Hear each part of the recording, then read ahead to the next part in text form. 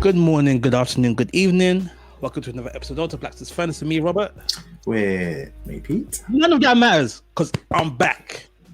The first half of the furnace is back. You The tried fire it. is You tried it. stoked.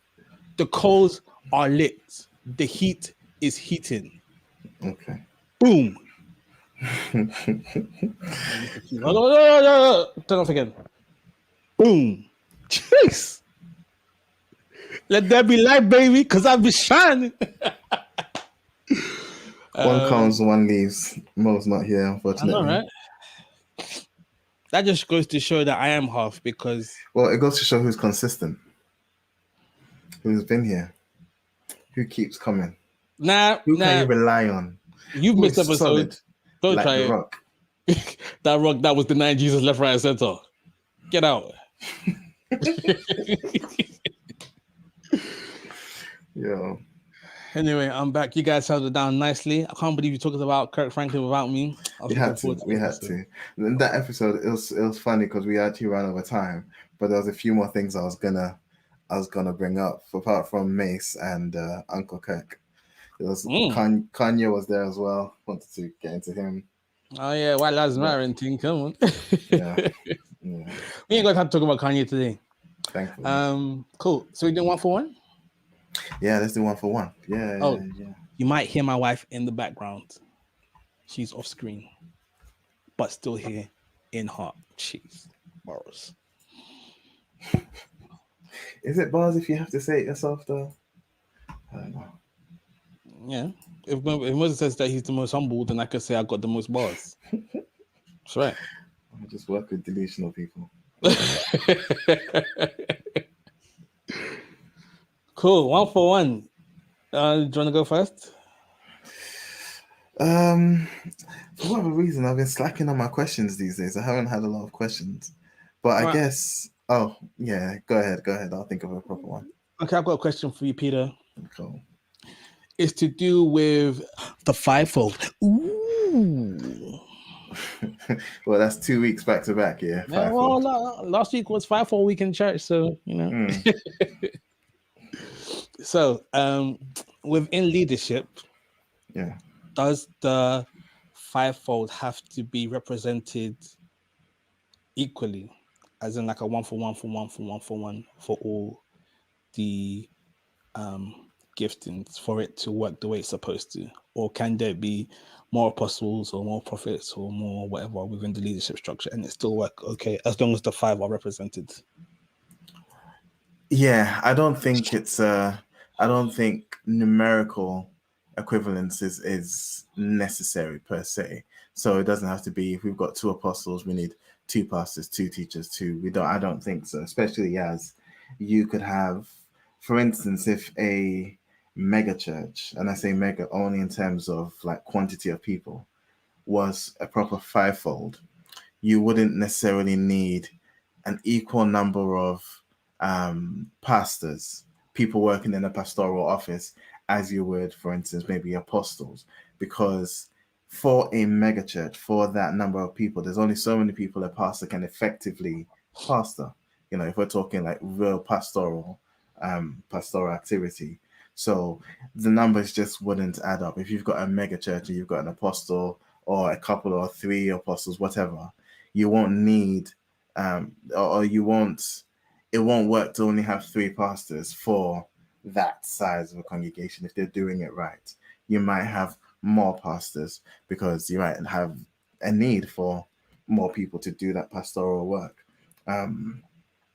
Equally, you might have a different number of teachers. I think what's more important is all those gifts were given for the edification of the body.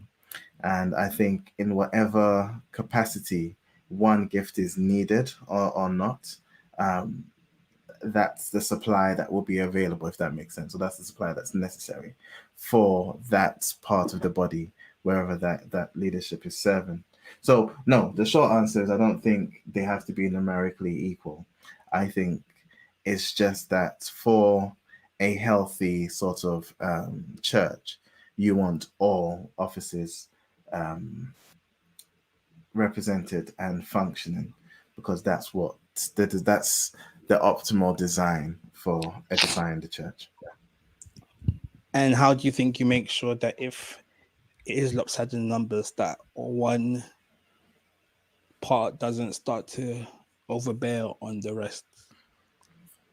I think that's where it's not just fivefold in the sense of the offices being present, but it's also servant-hearted leadership. And so there, it's not, the leaders aren't there to serve one another or to serve the leader of leaders, as it were. The leaders are all there to serve the church. And so there isn't there's quite literally a round table sort of mentality. There isn't a head to the table in a strict sense of speaking, in the strictest sense of speaking. So it's the way that you avoid that in general, even if there was, numerically everyone was the same. The way that you overcome that is if the leaders truly prefer one another over themselves, if there's true love, if there's true humility, and servant-hearted nature causes for the leaders to want to serve God, and it's not then about one being served or overshadowing the other, if that makes sense. It's It more makes sense. that humility overcomes that problem because we're all looking for the same goal, regardless of numbers. Cool. Yeah. I'm happy with that. Since you asked me about fivefold, I wanna throw one back at you actually, just out of interest. Which of the 5 gifts do you feel you have, or which offices do you feel maybe you fall easier into, if you feel like you fall into any of those at all? And if not, which gifts do you think you have that God has given you to sort of serve his people? I think within the fivefold, I major in pastor and I minor in teacher. Major and faster learning teacher, I like that. Yeah. All right. But I'm still trying to work out my pastoraling because people tire me out. I can't be talking to people too. I can't be around people too much. I've been praying about it, but it seems like there's a disconnect because usually if you think that your gifting would work in tandem with your personality or your strengths, and talking to people just isn't my strength. For real? It's not that it's not my strength. I'm a good listener, and I'm a good pretend listener as well. That's another one of my That's strengths. not a strength. That is a weakness. That's a great strength. No, being able to lie is not a good strength. No. It's not lying. It's partial listening enough that you can carry on the conversation, but you'll be allowed your brain to engage in something else. It's a very helpful skill once you get married. Oh, Your wife is right there. I was gonna say that's not safe. Your wife is right there, I was kidding. and she felt hands. So. No, cool. But yeah, I'm still trying to work out how I can mesh the two. Well, if God if he gives the gift, he'll give the ability to do so. So praying that you find a way. But I definitely see that. I think that is definitely accurate. I'm surprised you say people tie you up because you seem like the kind of person that's very empathetic, very compassionate. So it's interesting that ties you up. As you said. Oh no! I can be empathetic and stuff, but I don't know what it is. But people like talking to me. People like telling me their problems, and it's all right. I like to listen and be there, but sometimes it's like, okay, we've been talking for 2 minutes now. It's okay. I even find like doing refreshments after church a bit much because like, hey, socialize with full chat. Yeah. That's why I just go hide in one corner, be on my phone, away from everyone. I'll go and get my food and just go hide. Yeah. And you do the same. You just be ticking two buttons on the computer, acting like you're doing something. I'll be there rolling wires all day. Yeah, but I'm not a people person at all. So that's But which is strange because I would say that you are like a minor pastor. I'd say no. I think you're like teacher major, pastor minor. No. And Andrew's not in her head. Do you want to chip into that. She says, "No." She said it speaks for itself. No, I'm definitely not pastoral. I'm not pastoral at all. You are. Not in the sense that's useful to anyone. No. You're Yeah. pastoral to me. You check up on me and say, "Hey, Robert, how you doing?" I'm like, "Oh, thanks, Pete." Yeah, but I don't think that's pastoral per se. That's just, as far as I see it, that's trying to diligently be a good friend and check on stuff and do stuff like that. But I don't think that's pastoral per se. I think that's pastoral because Mm, that's not a trait that comes naturally to people. maybe. Yeah. No, cool. I'm happy with that answer. Cool. All right, let's get into today's episode. Deep breath. So we are recording on Thursday night. Yeah. Liz Truss is no longer our Prime Minister. 45 days. 45 days and she out. Bro, it's not easy. Politics. You know, it's fun watching them heckle each other in Prime Minister's questions. When it comes to doing the actual work, it's annoying. It's annoying because it's a lot of throwing jabs, and it's unnecessary jabs, and it's very, very, very structured jabs. Mr. Speaker, my honourable and then you throw a jab, and it's like, Mr. Speaker, the opposite, and it's like, it's such a waste of time. It's such a waste of time. When they're on job, it's so much fun to watch. Like the other day, Keith Thomas was like, "The lady is not for turning up." I was like, "Oh, that's a bar." It was so many like just unnecessary jabs and teasing each other, and it's like it's all for show. And the thing that really gets me is, are they actually like, it's what are you actually doing? You know, if you've got this super conservative mindset and you've got this super labor focused, people focused mindset, why can't you debate, come to a middle ground and do the thing that's best for the country? Why does it have to be an extreme? And it's this extreme that we're not even looking at anything else, and these guys are just throwing jabs and not even acknowledging what's working. It's like, it's so I just, now that I've been paying a lot more attention, it just all feels fake to me. It's fake. Super fake. And what they're doing is just doing enough to keep their party in power. Yeah. And that's why when the other side comes up with a good idea, they're like, no, they'll shut because it like, down. if it works, then the other party will be like, "Oh, look, we said you should do this, and it worked, but for us to come in."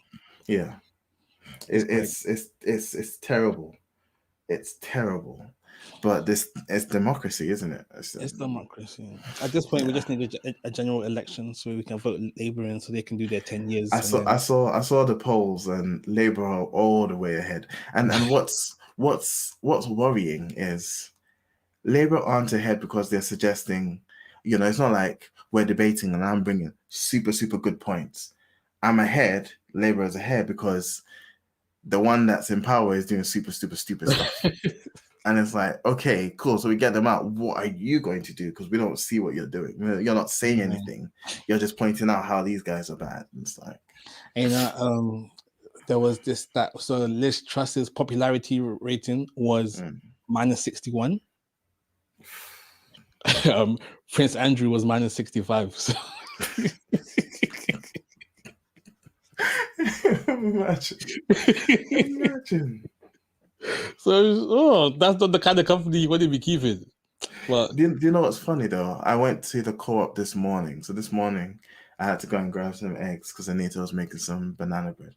Random fact for a podcast. But I went into the shop, so it was super early. So the staff are still sort of chatting and, you know, not really in professional mode. Yeah. And they were talking across the store. It's a small sparse store, so, you know, bigger than a corner shop, but it's not a supermarket sort of thing. Yeah. And they're speaking across the store, and the lady was like, "Oh yeah, no, this is why I never wanted Boris to leave." And the other lady couldn't hear. I was like, "I can't hear you, love." Yeah. Shout, "I wanted Boris back. Boris should have never left." Yeah, we need Boris back. It's like, it's just silly, and it's It's theatre. It's wonderful it's theatre. that's what it is. That's what it is. It's theatre. Yeah. Yeah. So we'll have a third prime minister in the space of like 4 months. Is it going to be a third prime minister, or is it going to be a caretaker government till?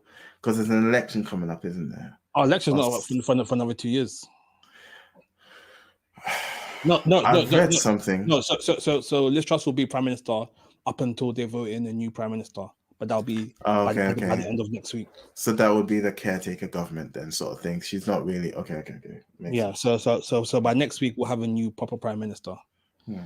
who will be, I don't even know, because I've been following it, but I haven't been following it that closely. It's not that interesting. It's the way that they can spin on a heel. It's like within one party, one person comes Kwesi Kwarteng, he had to be Ghanaian, and says, "Yeah, we're going to do all these cuts."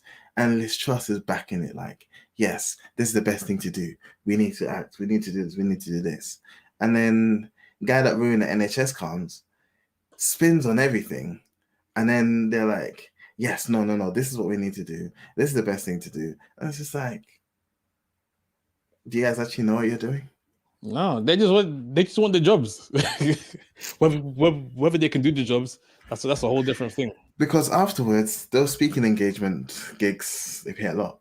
Yeah, and apparently, once you've been prime minister, you get like 100,000 benefits a year for like the rest of your life. Just like that. Just like that. Imagine working 45 days, they get 100,000 pounds for the rest of your life. For the rest of your life. That's great. That's a gig. That's a good gig. Oh, it's great. Yeah. And you know, so Kwesi Kwarteng, one it's so funny to me that they were like Kwasi Kwarteng. Kwasi Kwarteng. So he was the shortest reigning chancellor. Oh gosh. The shortest. He was the shortest because he died whilst in office. Mad. So yeah, conservatives are just so mad. Bring on Labour, baby. Do you think it's fair though? Do you think it's fair that he resigns? Well, I mean, it's a moot point now. But as chancellor, in as much as he's the head, surely there were a lot more people that signed off on this. Yeah, but he was the figurehead, so that he would have had final say. Yeah. Other than Liz Truss. The reason I point that out is when the next guy comes in, what's different other than, oh, the public doesn't like this? If the same people that voted this one in are still there and you just remove the figurehead, you know. Oh no, so like the new guy Jeremy Hunt, he's gone and scrapped the whole mini budget, everything that they wanted. No. But then what I'm saying is, Kwesi Kwarteng didn't make that decision on his own. Yeah, he made it with Liz Truss. But they didn't make that on their own. Surely there were like more people involved. Surely there's I don't think there was that many people. No, there were a few people, because I remember even they were pestering one other MP, and he had said he wrote letters and had done this, and we all sort of like he said he was part of like a committee or whatever that made the decision. Like they were trying to get him to say, because they were saying that, oh, you said it was a good idea in one of the letters you wrote, and you know how British media is like, and so you thought it was a good idea, and he kept saying, this was something that the Prime Minister and the Chancellor, we had all discussed, but you said it's a good idea. And that's what they love to do. And the problem with that, to go off on another aside, is it's not actually useful, because they want you to say one particular thing, and it's not necessarily that thing is a truth or it isn't. It's that thing's what's going to run the headline. Yeah, this guy said it was a good idea, or saying Liz Truss to say that she trusts Kwesi Kwarteng, and she couldn't say she trusts Kwesi Kwarteng, because it was like, that's not the point. But anyway, what I'm saying is that group or that committee or whatever people were there making that decision, if Kwesi Kwarteng is the only one resigning, that stays the same. The only thing that they now know, or the public really don't like this, like So I think that now that Jeremy Hunt is in, his view on the finances will be a lot different. So even if the underlings are the same, because the his direction that he's going. yeah, So yeah, they end up looking for ways to make that direction work as opposed to, yeah. yeah, fair enough. So yeah, so we'll see what happens. To Yeah. be honest, it can't get any worse than it's been. Bro, it can. It can. Russia and Ukraine and Russia threatening nuclear war. It can. Oh yeah, oh yeah. China. And they were talking about blackouts in January. Yeah. That's gonna be great. Oh my day.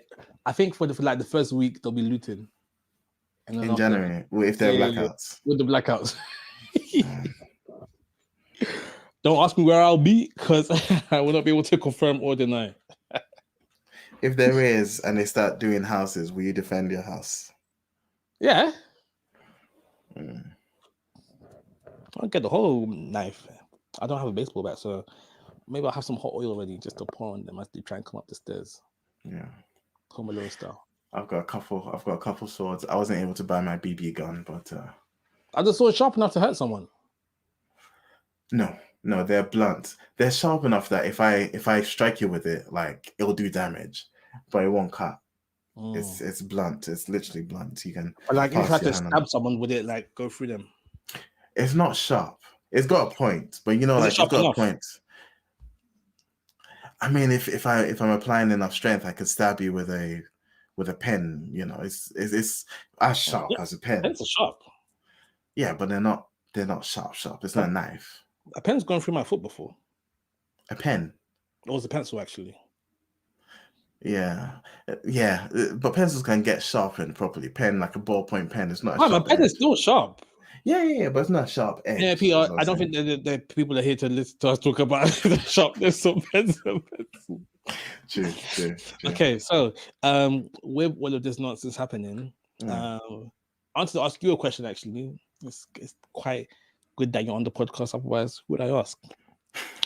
But you've been in a leadership position in church for a while now. How have you found it? Wow. How have you found it? And like what things that you feel you've done good? What things do you think that you could work on? Um, And how do you think people perceive you as a leader? I think it's interesting because early on in my life, I realized that if I give too much weight to people's perception of me, it'll be detrimental to me. It won't help. It won't help me at all if I care too much about how people see me or what people think of me. Um, and I realized more often than not, what I thought people think of me is wrong. So I was just like, so I say all that to say I haven't really given much thoughts to how I'm perceived. Um, I haven't given any thought to how I'm perceived. What I think has been good has been more learning. Like for me, learning this whole idea of a flat leadership, and I'm coming on, and for the longest time, I came on thinking, all right, cool. What do you want me to do? Can I do this? Should I do that? Sort of thing. And it's the same thing, in the military. You receive orders, you obey without complaint, you do that. And so I came in sort of with that mindset, and for that reason, a lot of things still took longer because I think Annie and Pip had a much better understanding of a flat leadership, and we're just like, you're equal, if that makes sense. And that was something that took me a little while to get my head around because I'm not used to that. I don't think I still am, but getting better, I guess. So that was one. That was the thing that I think stood out the most. It was this idea of a flat leadership and how truly novel it is. That's weird. What I hope has been good, and you can probably correct me on this if I'm wrong, is I hope it hasn't seemed like I am or see myself as important, or like a leader can sometimes feel or seem like they're above everything, or like like they're more important than you or something. And I hope that hasn't become me in any way, or that I haven't presented myself as though I'm important, because I don't think I am in that sense. Here's a hot take for you, Peter. Mm. If I didn't know that you were a leader, I don't think I know that you were a leader. Mm. Whether that's a good Which thing or a bad thing. that's the question. That's the question. You walk into number 10 and you see Boris Johnson. You're like, oh, with his hair, he can't be the prime minister. Yeah. You know. But yeah. I do think that there does need to be like a bit of a balance where your authority is still seen but not flaunted. Yeah, but I think that's like I think you there's people or there's a way that commands respect or commands sort of you don't disrespect this person, and I think in part that's they are respectful, and so you respond with respect. But yeah, I think it's difficult because Christ was similar in that he didn't present himself as a Pharisee, and I think that was really their problem with him. If he did anything that they did, I think the Pharisees would have taken him on happily. We finally got a Pharisee that actually teaches with authority, that actually commands demons and does all this, and he sits in the high places with us, and he, when he goes to pray, it's obvious that he's holy. I think they would have taken him on, like they would have loved him, but it was because he wasn't doing any of that, and he was amongst sinners, and he was eating with fishermen, and But then you know, even being among those circles, you could still see that he was a leader. yeah, yeah, yeah, no, that's true. So yeah. Because I just figured like if there was like an emergency or moment of need, if people missed your like inauguration, Well, then knows to go to you. yeah. Yeah, yeah, Not, which not to say that you have to be out there because you're not a yeah, paper idea when it comes to people no, in. no, no. But then, and that's what I was going to say, which was good or bad. That's less pressure. You're not the person that they're looking to, so it's like cool, I can just chill. No, because they should be looking to you. A I leader's don't there think to so. I lead. think there's people better suited to that. No, Um, no, because the fact that you've been made leader means that they've seen things in you that people should be able to come to you because you have those that skill set. I don't think I'm not approachable. I think it's just my skill set's better used, I guess, behind the scenes. No, definitely that. Yeah. So Yeah. you're more behind the scenes person, Mm. but I don't know. I just feel like you could be more visible as a leader. What would Do that you know look what I like? mean? Do you know what I No, mean? no, I don't think I do. What would that look like? Um, Because I think that then comes to the type of person that you actually are.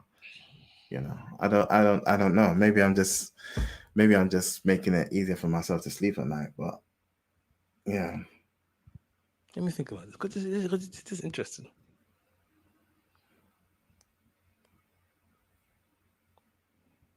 Because it's weird because even though you're, it's funny like you're behind the scenes, but you're sat at the front of the church because that's where the where the computer where the goes. So computer is, yeah. so like, But everyone sees you, but for all people know you're just a tech guy.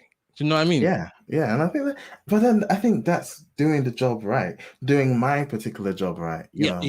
But you weren't called to be on the leadership team because you are good at tech.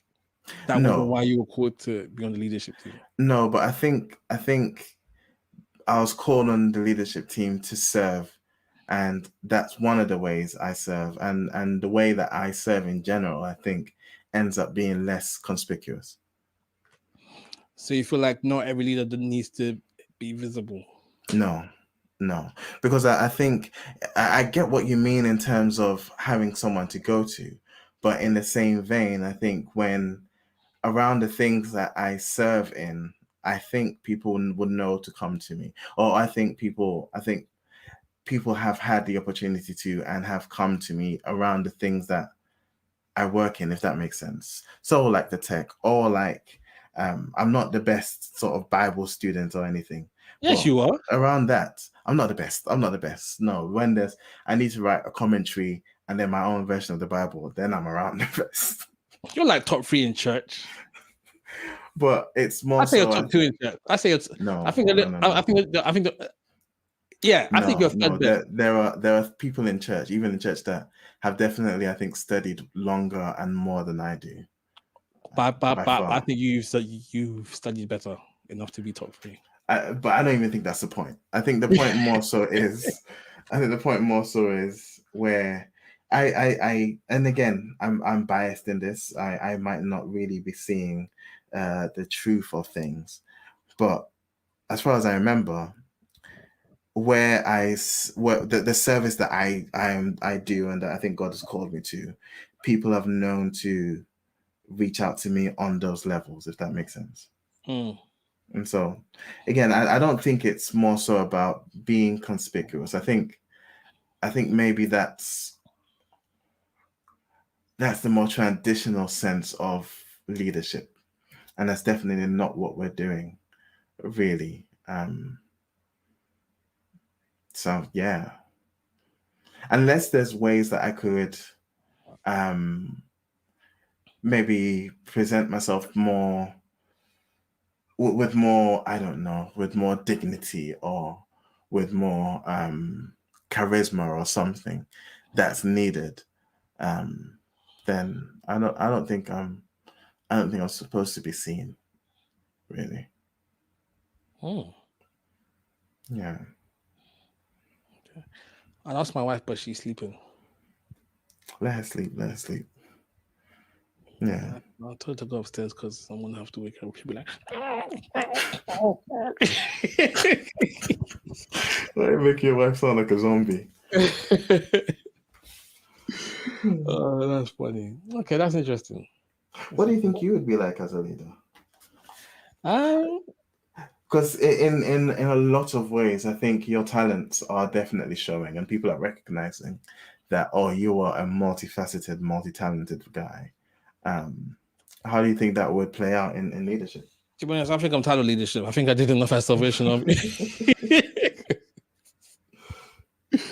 But you know what? I think that because of my experience at Salvation Army, I've definitely been able to help Andrea as she has stepped into her position of taking over like worship team. Yeah. And so there are things that so they're just conversations that we can have based on like my past experiences of trying to like lead a team. That I think that she's fine helpful. Oh, she's nodding. She's pretending to sleep now. Yeah. Oh, sorry. You okay? It was a snake. Yes. So I think there's stuff that I've learned in leadership that I can pass on to her so that she doesn't have to go through stuff and make the mistakes I did. So I think I'm helping a bit. At this stage of my life, Yeah. I don't know if I want to be in church leadership for a very long time again. Yeah.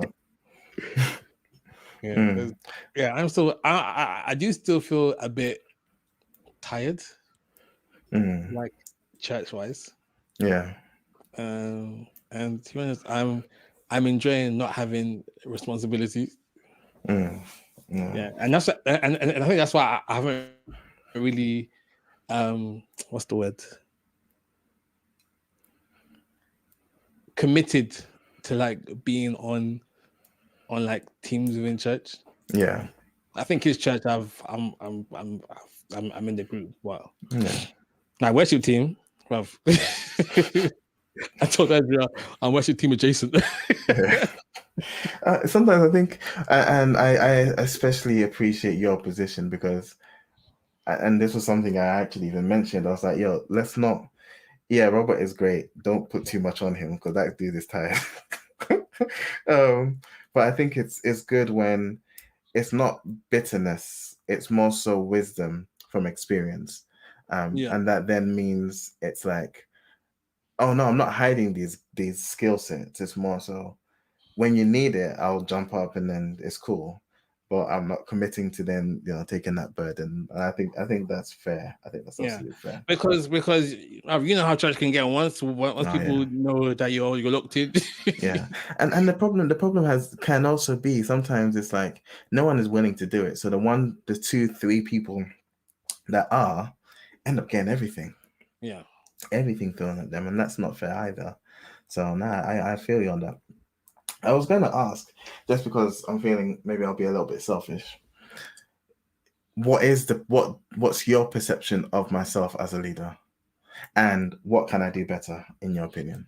So like I said before, if I didn't know that you were a leader, I wouldn't know that you were a leader. Yeah.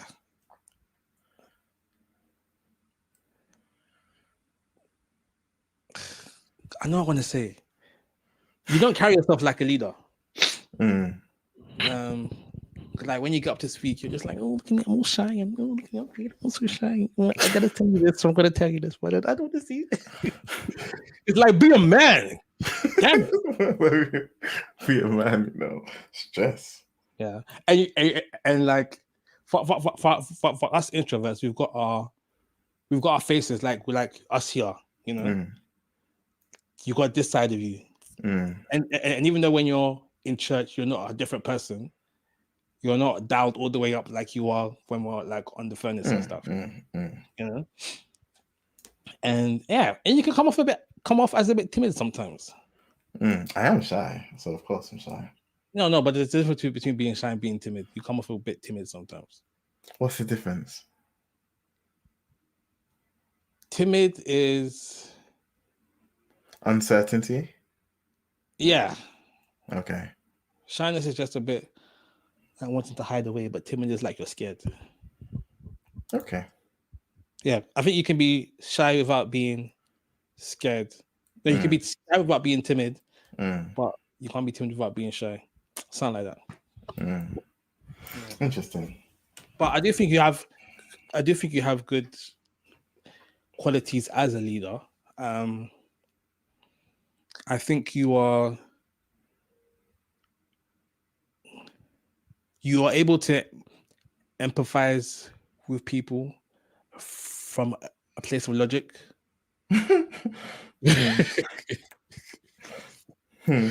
Like I feel like your empathy and sympathy comes from your head first and then funnels through the heart other than the way around.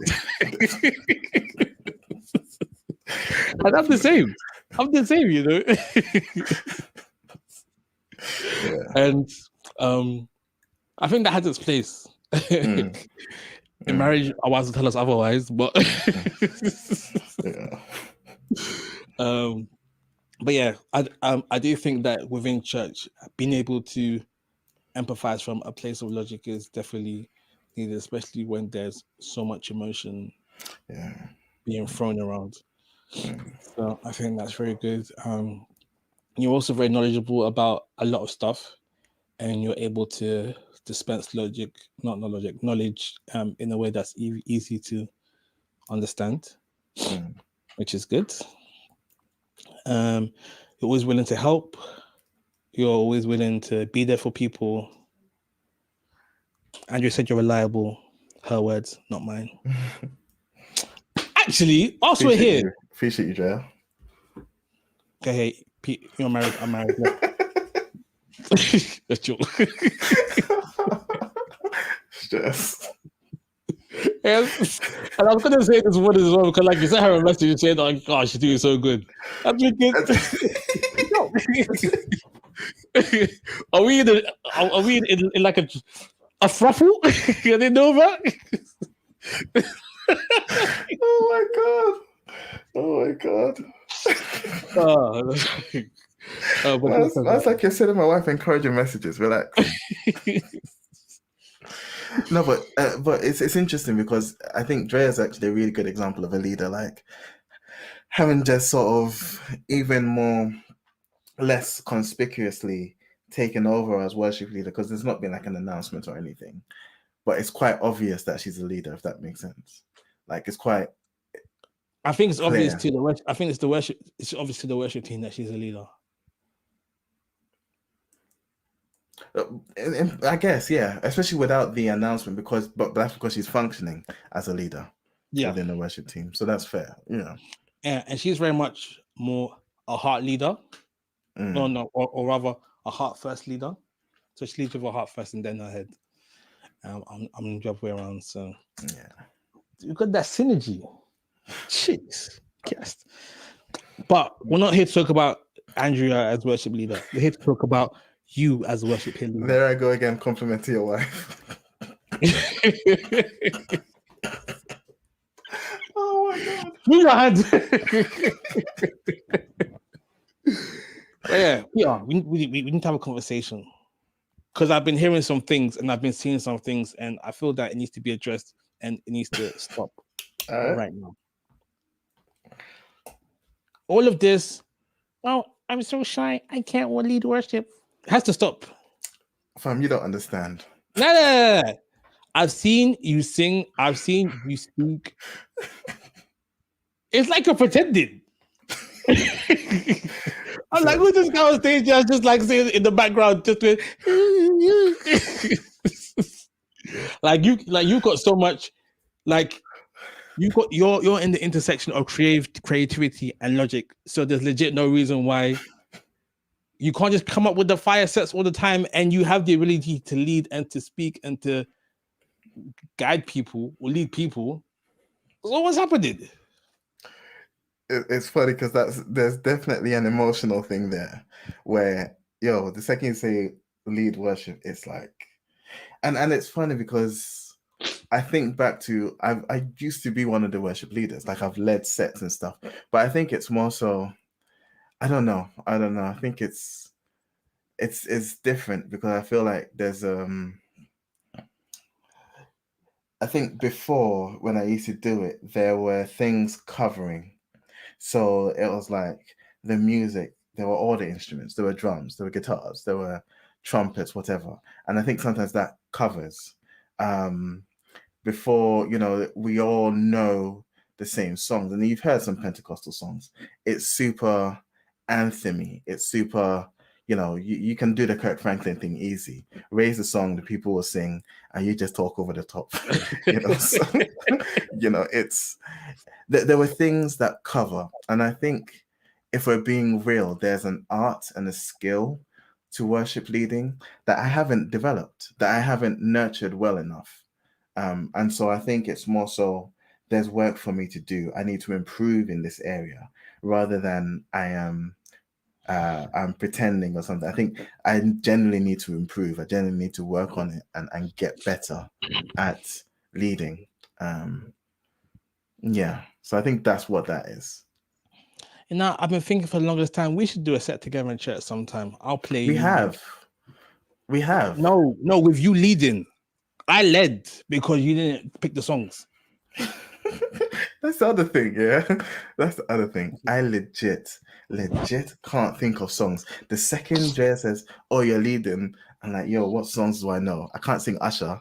I can't sing. I can't bring Eminem out there." And it's like I completely go blank on any worship song. You say it and you're trying to be funny, but you can do it. You know songs, and you're musically talented enough to be able to put songs together. I'm not though. I'm not when it's just like it's one instrument and it's like you actually have to be able to do the thing. And I think I can work at it. I think I definitely need to work at it. Andrew, find a week for me and Peter to do something on Sunday, and then we'll do it. Me and you. And you know what? Yeah, I fully understand about the whole exposure thing. Like I started off leading worship on bass because bass you don't have to play one note at a time. The boom boom boom boom boom. Yeah. Boom, boom. And I had such an amazing worship team around me. Yeah. Like it was vibes. It was vibes, and I was the worst part of the equation. But somehow I was worship leader. Fam, I had the best job, bro. But then more and more, guitars couldn't be there, pianos couldn't, drummers couldn't be there. So I Yeah. had to bust out the keyboard. Yeah. Because like you can't play just bass. Yeah. Yeah. I think I tried that once, it didn't work. And so I had to use the keyboard, and I actually don't like playing the keyboard, especially by myself. That's like so scary. But you know, but again, you see that there's elements of, you're speaking from experience. So there's a skill that I think you've nurtured. There's you've put in the hours, and I think that shows. And I think that's where I just haven't yet. Peter, legit, most of the songs I sing, or when we sing, you can sing, which means you know songs. It's all about picking the different songs from the ones that we sang and putting them one after the other. See, I think that the problem you think you have, or you know what, I think I had this problem for a while. So one sec, shout out OD, because OD's joined us. OD's watching. Nathaniel. So shout out to Nathaniel. Yeah. What was I saying? Yeah, I think you have this problem where you are a structurer like me. We're logic people, you know. And I used to think that it was bad that I would plan out my set song after song after song after song, and I wouldn't change the order. It's like, this is the set I've chosen in this order. This is what we're gonna do. Yeah. Oh no, but I don't even think it's that, because I think that's useful, because especially when I would select the songs for worship when we're doing it online, I would play the songs off YouTube. It would be, I'd select the songs and the songs would have relevance to each other, because I think worship has to be cohesive. I feel, and as you said, as a structure, you want it to be cohesive. So you want this song to maybe magnify this aspect, and then this one take from that and go on to this next thing. So I don't think there's something wrong there. I think it's when we're talking about that and then we're trying to find the songs. And I'm not the best singer as well. Oh, shut up! I'm not. Look, my wife's even looking at you. I was gonna say, did you just get up? Bro, speak to him, please. I'm not, though. I'm legit not. I'm not. Peter. I need to work on it. Peter Cornelius Finn. Cornelius. Peter. To lie is not good. Peter. Stress. We cast down every lie in Jesus' Wow. Amen. Wow. It's lies. It's lies. It's lies. It's lies. It's a stronghold of lies. We tear it down now. In Jesus' name. And I even forgot that it was you that did the songs during pandemic. That means you can make song lists together. Yeah, but that's not the problem. That's never been the problem. The problem hasn't been the songs. The problem is I forget all the songs. And it's finding songs that I'm confident singing. So I think it's confidence, and I think it's, I haven't put the hours in. I need to put the hours in. I need to work. You have put the hours in because you used to do it, and you did it in lockdown. It's just taking those two skills, putting them together. I think I should be back up. I'll be back at every week, and then I'll work on. This is the timidity I'm talking about. When we're singing "Endless Love," you should have been at the front there singing. No, I was like, just do it, bro. Yeah. Well, I've told Andrea that we're gonna do a set together. You will lead. I will do backup, and it's gonna be great. Yeah, I need to work on that. And anything you want to say about Peter's leadership skills so far that you've seen? What do you mean? So we've like been critiquing Peter as a leader in the church, and how he's been doing so far, and how I don't present as a leader. It's you that's called it critique, because that's what you like to do, but it's feedback that he asks for, not critique. It's the same thing. It's not. It's I thought it was the same thing. I think critique is more towards the let's talk about the negative. You call it negative, I call it improvements to be made. Well, I call it what went well and even better riffs, because that's what we use in schools. Well, that's the real one now, baby. Get out. I think Peter is a great leader. He's one of those that like to lead from behind, doesn't like the spotlight. You've got two different kinds of leaders, the leaders in the spotlight and the leaders that are behind, that are pushing forward or lifting up. And I feel like I know the area of expertise in terms of leadership that Peter wants to be in, and he wants to be the one that pushes forward from behind and lifts up from the foundation. And I can see that. In terms of being timid, I see what Robert says, but I feel like that timid like, I don't think you are completely timid. I think you have a timid like countenance or behavior simply because you would hate to be the person that falls due to pride. So it's better to be on the far end of the spectrum of pride, which can seem like timidity, but really it's modesty. But I think modesty and humility can still have a quiet confidence that doesn't show itself as pride. And I think the more, because you've been on the leadership team now officially you've pretty much been on the leadership team, let's say, for a year or two, but officially it was this year, wasn't it? Yeah, officially. And I think the more you understand the kind of leader you want to be, and then also just taking ownership of that, where you don't want to be a leader like anybody else, nobody else's style, then that quiet confidence will shine through in a way that isn't sticking a spotlight on you. The only spotlight will be the light of being an example to somebody that clocks your type of leadership and is like, do you know what? I like the way that brother leads. That's the kind of leader I want to be, from behind and upwards, from downwards up. And I think you demonstrate it quite well. Everyone talks about, oh, we want to see everyone fly. Yeah, that's the language. so wrong.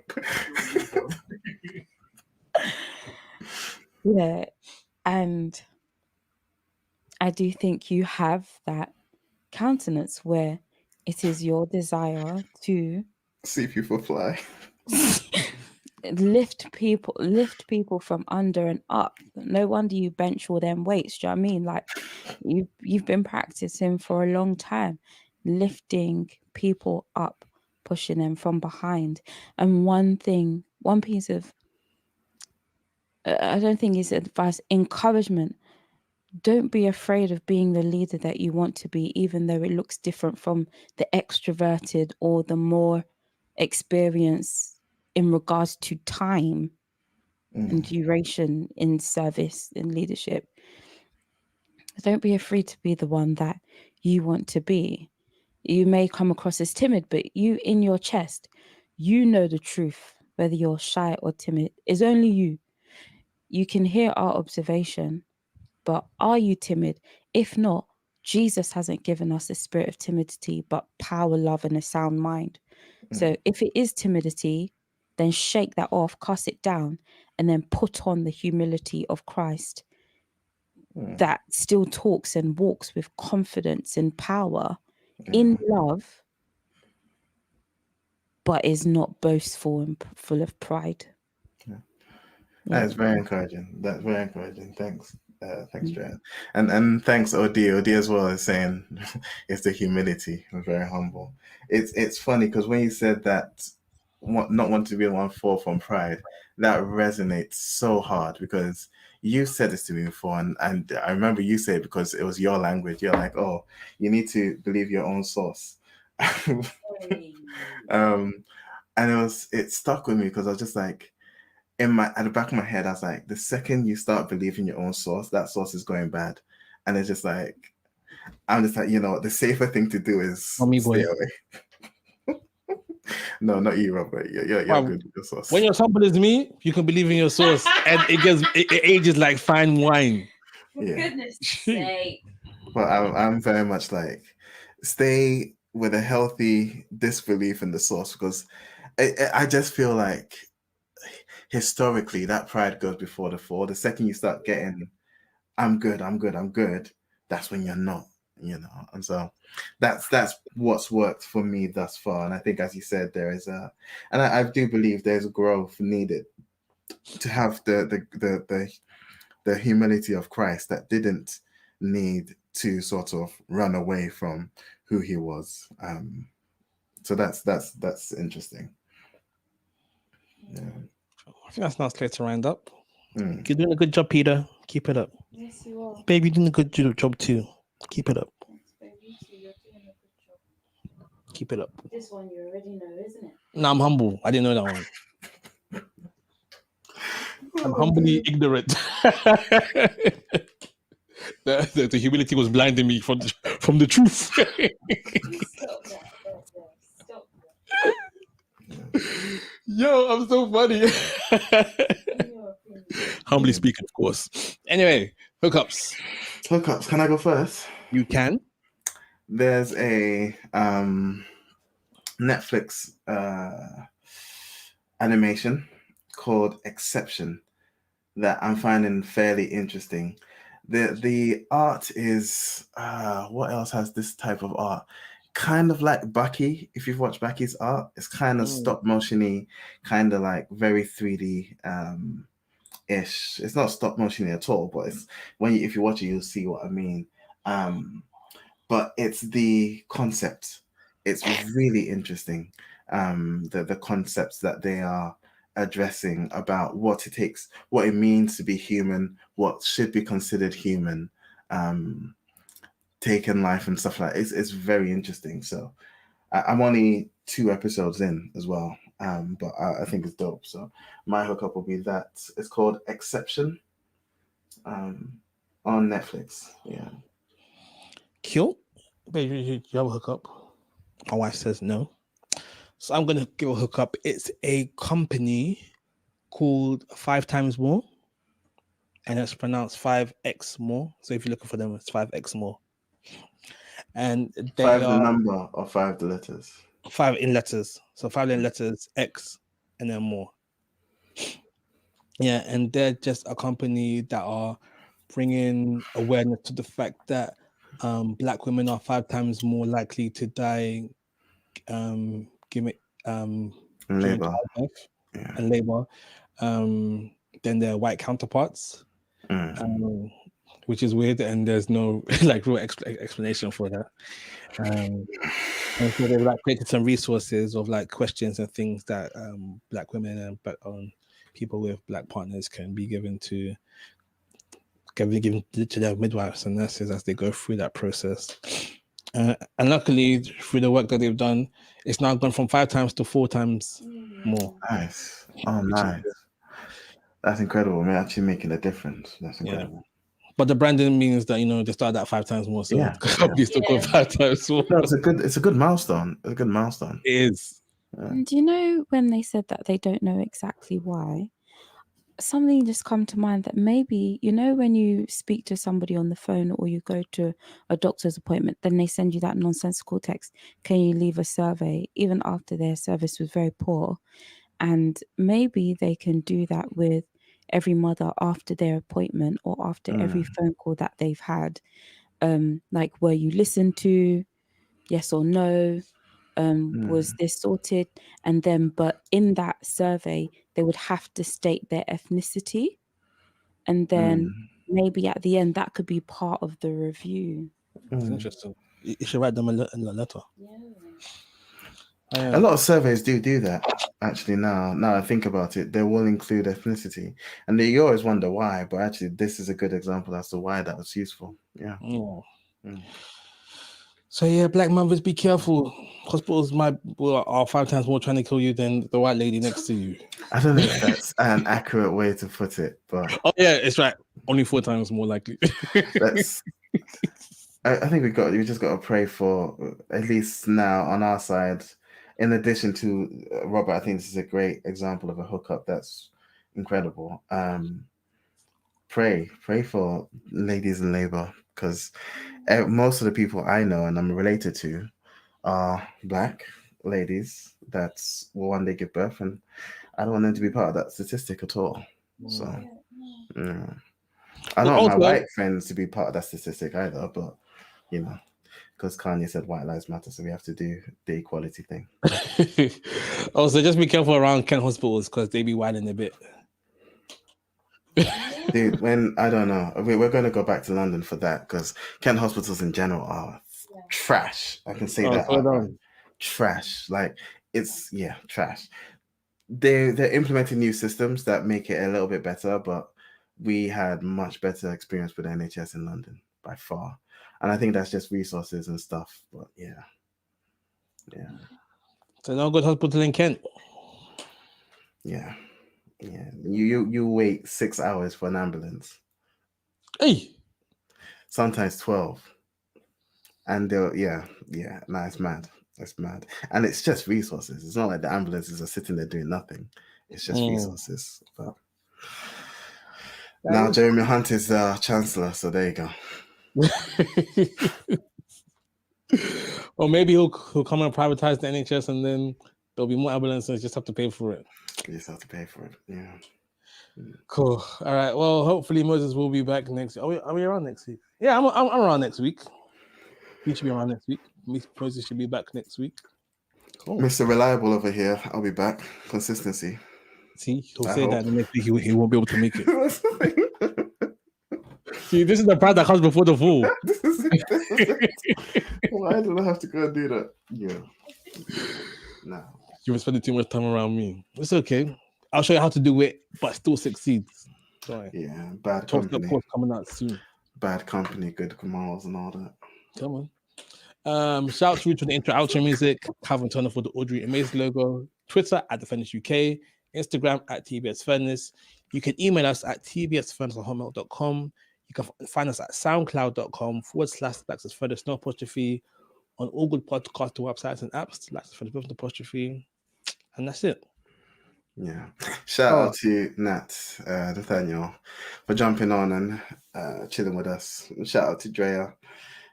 Much to Robert chagrin. I'll say Stop thank talking you. about my wife in my presence. Can you joke? Would you rather I do this without? I'll tell your wife. Oh yeah. God. Moses' exhibition is still going on, isn't it? Yes, Moses' exhibition is still going on. I mean, it's dope. It's dope pictures and really interesting poetic devices that he's picking. So check it out. HMuseH on Instagram. Yeah, it's dope. Find it. Be one with nature. Yeah, literally. You know, I might be there because I'm a natural beauty. All right, we're done.